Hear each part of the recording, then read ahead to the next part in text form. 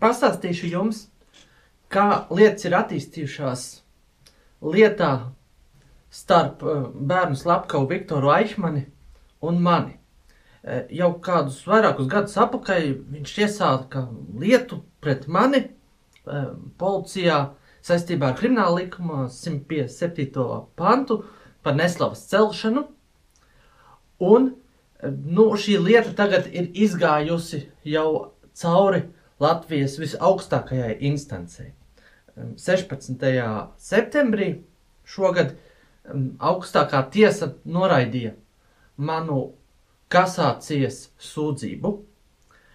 Viņi turpat vispār neiegāja argumentos. Es nemaz nezināju, ka viņi tā to var, bet izrādās, ja tiesa grib, viņi var ļoti ātri cak, visu izdarīt un argumentus ignorēt, likuma tekstus ignorēt, vienkārši uz fikso, ātri iziet cauri un miers. Šis katru reizi ir tāds spilgts kontrasts saistībā ar Aivaru Lemberga tiesas prāvām, kuras vilkās baigos gadus. Vairāk tur kā 10 gadus viņas vilkās.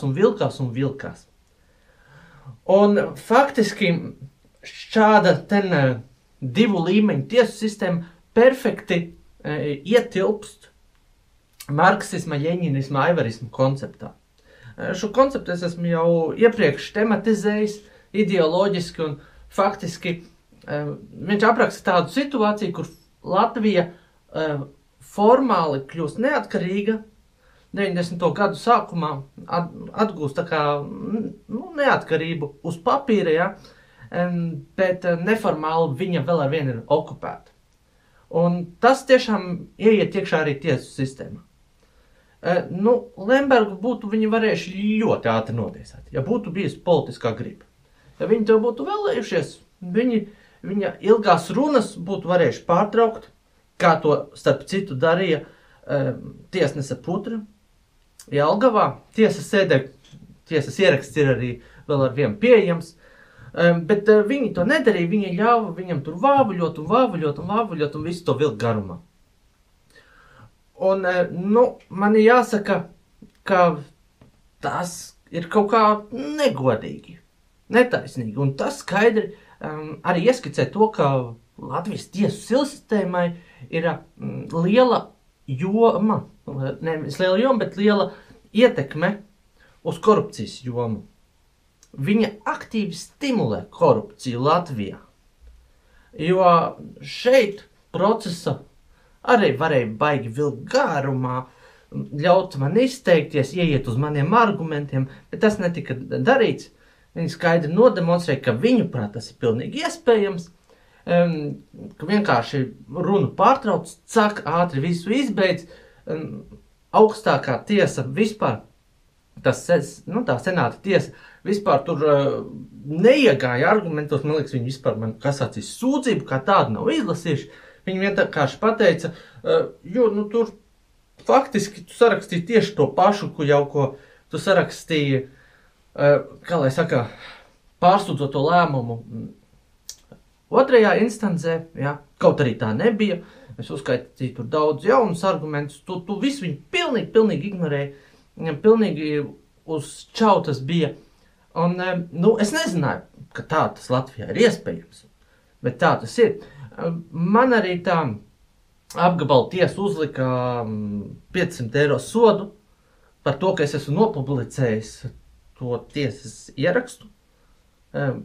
Es vēl ar vienu nesaprotu, kāpēc. Viņu argumentācija tur ir ļoti tāda jocīga, ar baltiem diegiem šūta.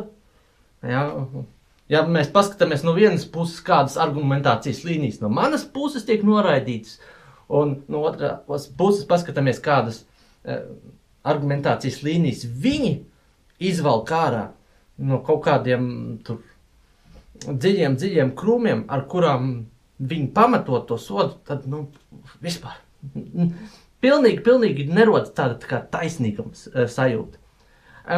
Katrā ziņā tagad es varu doties tālāk uz to Eiropas tiesu.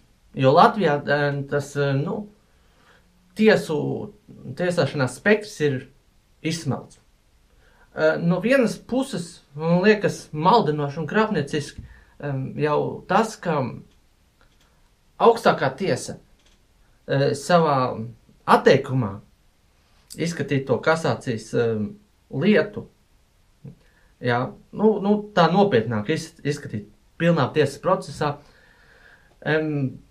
beigās uzrakstīja, kad tas lēmums ir galējs un nav pārsūdzams. Bet, ja grib tiesāties Eiropas cilvēku tiesību tiesā, tad priekšnoteikums, lai tur vispār varētu tikt, ir tas, ka nacionālajā līmenī visas tiesas instances ir tikušas izsmeltas. Tā kā man šis ceļš bija obligāti jāiet, lai tiktu līdz Eiropas līmenim. Cita varianta man vispār nebija, lai līdz turienei tiktu. Es iepriekš nemaz nebiju tiesīgs tur doties. Tagad es esmu tiesīgs sagatavot iesniegumu. Tur tas iesnieguma termiņš ir mazliet ilgāks. Un, man šķiet, ka man ir diezgan labi argumenti.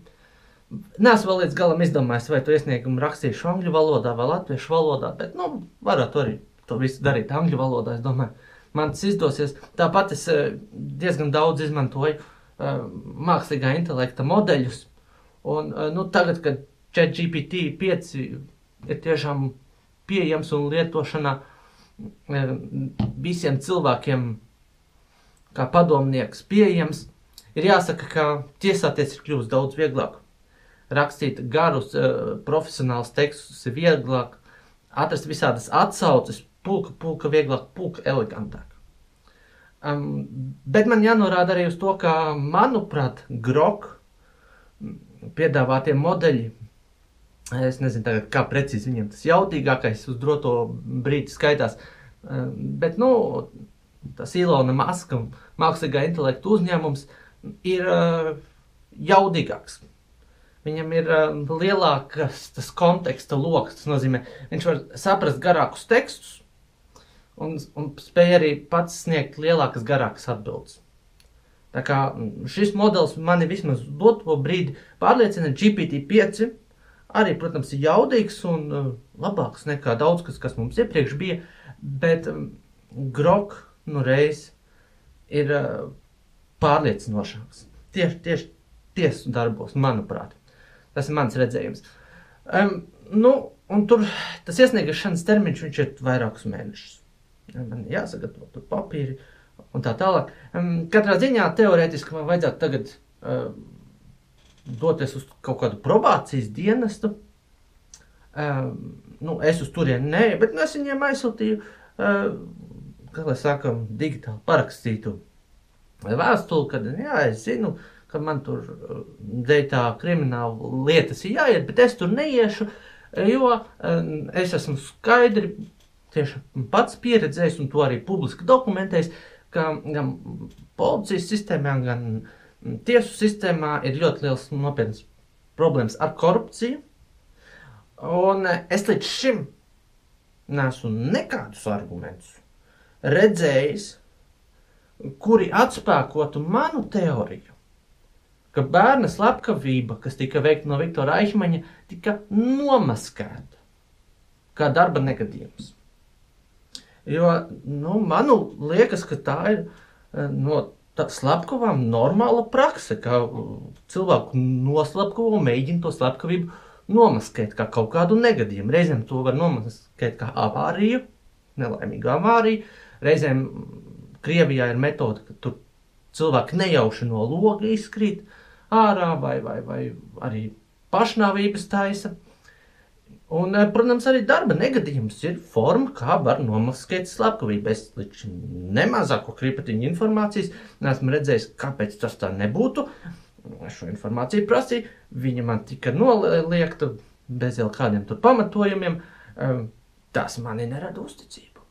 Tas mani rada diezgan stipru priekšstatu, ka tā tiešām bija, ņemot vērā publiski zināmos faktus.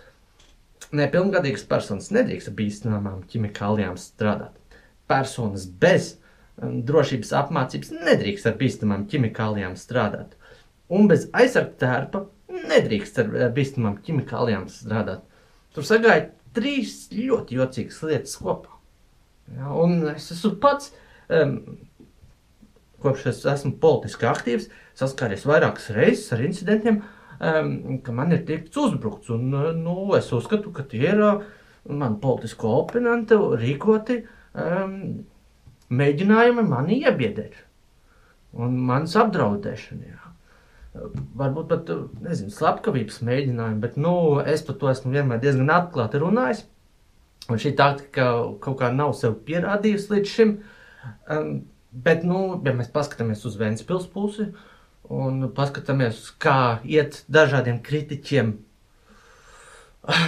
kuri tur kritizēja Aivaru Lembergu nopietnāk, tad mēs redzam, ka tur cilvēki nomirst ļoti, ļoti mīklainos stāvokļos, ļoti tādos absurdos. Un neviens vien arī aptuveni manos gados, jā. Tā kā, es domāju, tā varētu notikt, kad es aizēju uz kaut kādiem spaidu darbiem, un man nejauši notiek darba negadījums. Un neviens neko nezina, neviens nav atbildīgs, un viss čuh pa kluso, bola acis, kaut kādas tur brīnumainas lietas sāk notikties, un beigās nekas nav, un visi nokārtojas. Ja es eju labprātīgi uz tiem spaidu darbiem, man liekas, es labprātīgi veicu tā kā pašnāvību. Tas risks, man liekas, reāls. Man liekas, tā ir pavisam normāla ZZS metodika. Mums jāatcerās. Tajā visā veidojumā tur ir ļoti daudz Padomju Savienības komunistiskās partijas biedri iekšā.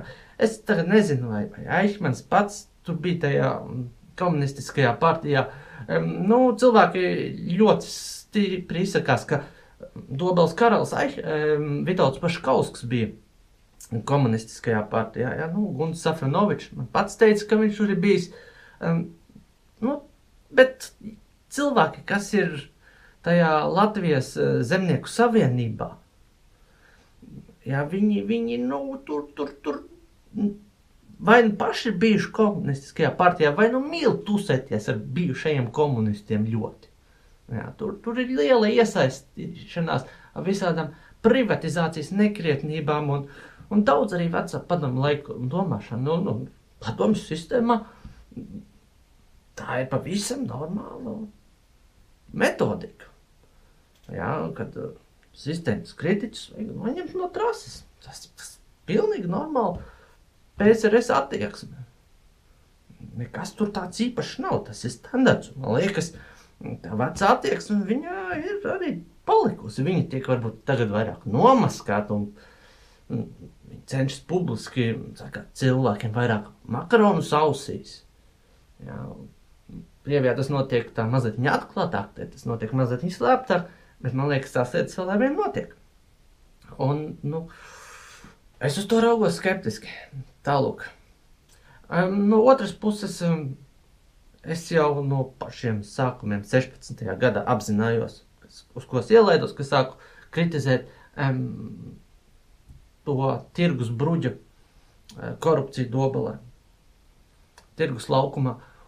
Jo es jau no sākuma biju dzirdējis, kas ir ZZS, kā tur Ventspilī notiek, un es zināju, tas viņam ir standarta process, ka es varu aiziet. Un it sevišķi labāk, protams, tādas lietas bīdīt, lai viņas klusāk notiek. Par to nav nekāda šauba, nekādas spekulācijas. Un, līdz šim man kaut kā ir paveicies, un es esmu caurticis, tā kā pat, ja man neizdodas tagad caur to visu cauri tikt, jā, man tagad to spaidu darbu vietā piespriež tur kaut kāds cietumsodu, teiksim tā, salīdzinot ar nomiršanu, tas varbūt nebūtu tas trakākais iznākums. Bet kopsavilkumā tiesa ļoti, ļoti vāji un nepārliecinoši visās instancēs līdz šim ir uzturējis to argumentāciju, ka pēc Viktors Eichmanns nebūtu bērnu slepkava. Un, attiecīgi, man arī nav līdz šim izdevies saprast, kāpēc tas tā nav. Un tāpēc es palieku pie tā, ko es iepriekš esmu teicis, un viss. Un, ka man pat tagad neļauj publiskas tiesas sēdes ierakstu publicēt, tas priekš manis ir tāds skaidrs, signāls, ka viņi grib to lietu maksimāli tā klusītēm izbeigt. Jā.